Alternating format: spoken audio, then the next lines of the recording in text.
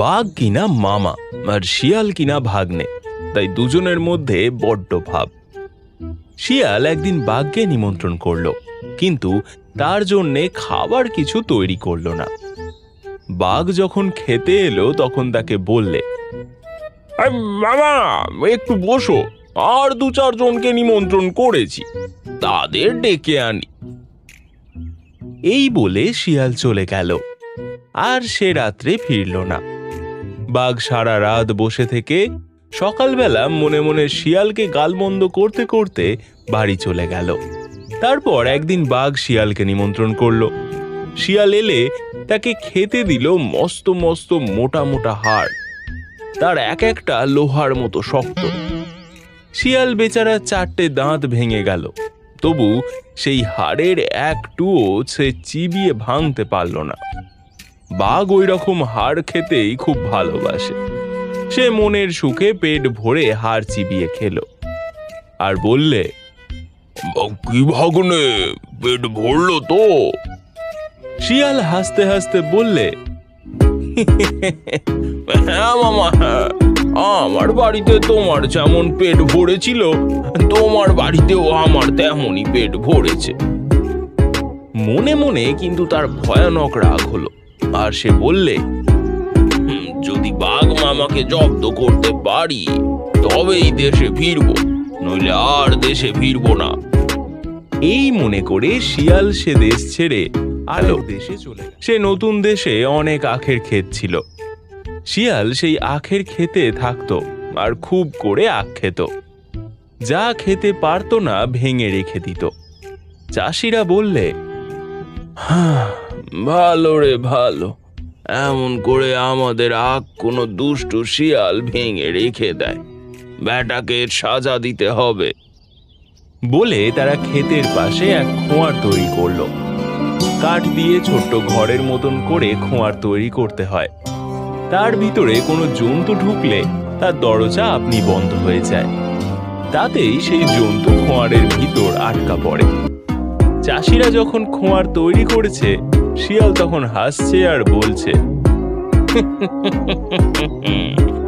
আমার জন্যে না মামার জন্যে, এমন সুন্দর ঘরে মামা থাকলেই ভালো হয়।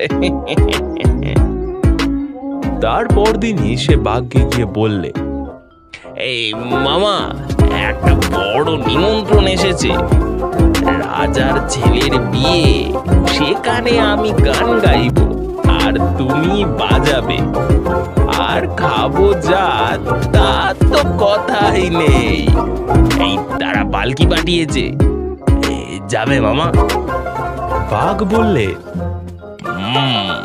তার যাবো না, এমন নিমন্ত্রণ কি ছাড়তে আছে রে, আবার তারা পালকিও পাঠিয়েছে। শিয়াল বললে, সে কি যে সে পালকি, এমন পালকিতে আর কখনো চড়নি মামা। এখনই কথাবার্তা বলে দুজনেই সেই আখের ক্ষেতের ধারে এলো, যেখানে সেই খোঁয়ার রয়েছে। খোঁয়ার দেখে বাঘ বললে, খালি পালকি পাঠিয়েছে, বেয়ারা পাঠায়নি যে? শিয়াল বললে, আরে মামা, আরে আমরা উঠে বসলেই বেয়ারা আসবে এখন। বাঘ বললে, পালকির যে ডান্ডা নেই, বেয়ারা কি করে বইবে? শিয়াল বুঝতে পারে বাঘকে ঠকানো বেজায় কঠিন। সে আবার আমতা আমতা করে বলে, ডান্ডা তারা সঙ্গে আনবে। কথা শুনে বাঘ সেই খোঁয়ারের ভিতর ঢুকেছে। অমনি ধড়াস করে তার দরজা বন্ধ হয়ে গেল। তখন শিয়াল বলল, আরে ও মামা, দরজাটা বন্ধ করে দিলে আমি কি করে ঢুকবো? বাঘ বললে, তোমার ঢুকে কাজ নেই, এবারের নিমন্ত্রণটা আমি খাইগে। শিয়াল বললে, বেশ কথা মামা, খুব ভালো করে পেট ভরে নিমন্ত্রণ খেও, কম খেও না যেন। এই বলে শিয়াল হাসতে হাসতে তার দেশে চলে গেল। এরপর চাষিরা এসে দেখলো যে বাঘ মশাই খোঁয়ারের ভিতর বসে আছেন। তখন তার যে কি খুশি সে আর কি বলবো। তারা সকলকে ডেকে বলল, আন কান্ত, আন বললম, আন যে যা পারিস, খোঁয়ারে বাঘ পড়েছে, আর তোরা কে কোথায় আছিস রে, নিয়ে আয় নিয়ে আয়। এমনই সকলে ছুটে এসে বাঘকে মেরে শেষ করলো।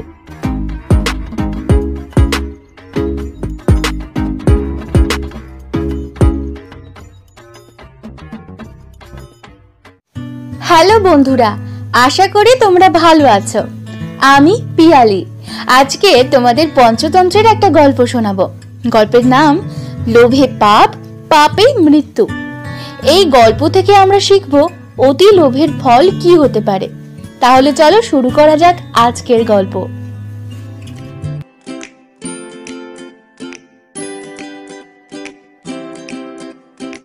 একদিন একজন ব্যাধ সারা দিন টো টো করে বনে ঘুরে বেড়ালো, কিন্তু কোনো শিকারই পেল না।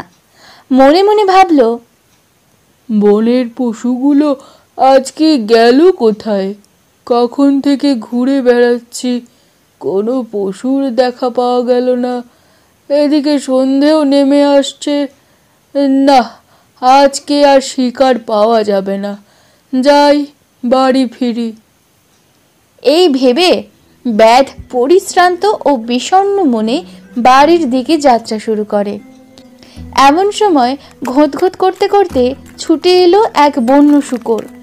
অতর্কিতে আক্রমণ করে ধারালো একটা দাঁত বসিয়ে দিল সেই ব্যাধের দেহে। যন্ত্রণায় সে চিৎকার করে উঠল, কিন্তু একটা শূকরের কাছে পরাজয় স্বীকার করতে সে রাজি ছিল না। দু পা পিছিয়ে গিয়ে চোখের নিমেষে সে একটা ভীষণ তীর ছুঁড়ল শূকরটাকে লক্ষ্য করে। গো গো শব্দ করে শূকরটা মাটিতে পড়ে ছটফট করতে করতে মারা গেল। এদিকে ব্যাধ আর দাঁড়িয়ে থাকতে পারল না। শূকরের ভীষণ দাঁতের আঘাতে তার গা থেকে অজস্র রক্ত ঝরতে লাগলো। যন্ত্রণায় আর অবসাদে তার গা ঝিমঝিম করে উঠল, মাথা ঘুরে গেল। সে মাটিতে শুয়ে পড়ল, আর উঠল না। সূর্য অস্ত গেল।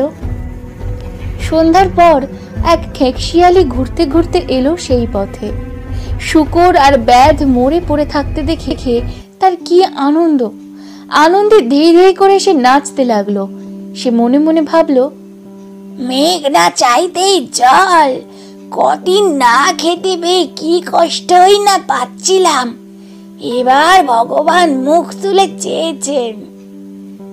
আনন্দে সেই খেকশিয়ালি একবার শূকরকে, একবার ব্যাধকে, আর একবার চামড়ার তৈরি ধনুকের ছিলাটাকে শুঁকতে লাগলো। লোভে তার জিভ থেকে লালা গড়াচ্ছে। সে মনে মনে ভাবলো, আহা, অনেক দিন ধরে আমি এদের একটু একটু করে খাবো, ভাগ দেব না কাউকে। আজ কোনটাকে খাই? মানুষটাকে? না না, ওর নরম মাংস কাল সকালে খাবো আরাম করে। শূকরটাকে খাবো? না না না, ওর চামড়া বড় শক্ত, রাতে ছিঁড়তে পারা যাবে না। তাছাড়া রাতে আমার খিদেও বেশি নেই, অতএব হরিণের চামড়ার তৈরি ধনুকের ছিলাটাই খাই। ওহ, কি সুন্দর ওর গন্ধ। আপন মনে যুক্তি বিবেচনা করে খেকশিয়ালি ছিলাটাই খাবে ঠিক করলো। প্রথমে সে ছিলাটাকে চাটতে লাগলো, তারপর কামড়াতে লাগলো। এক কামড় দু কামড় করে ছিলাটা ছিঁড়ে গেল, আর প্রকাণ্ড ধনুকটা ছিলা মুক্ত হয়ে গিয়ে ছিটকে গিয়ে খেকশিয়ালির বুকে বিঁধল। ব্যাস, তার মৃত্যুও হলো। তাহলে ছোট্ট বন্ধুরা, কেমন লাগলো আজকের কাহিনী? জানাতে ভুলো না কিন্তু।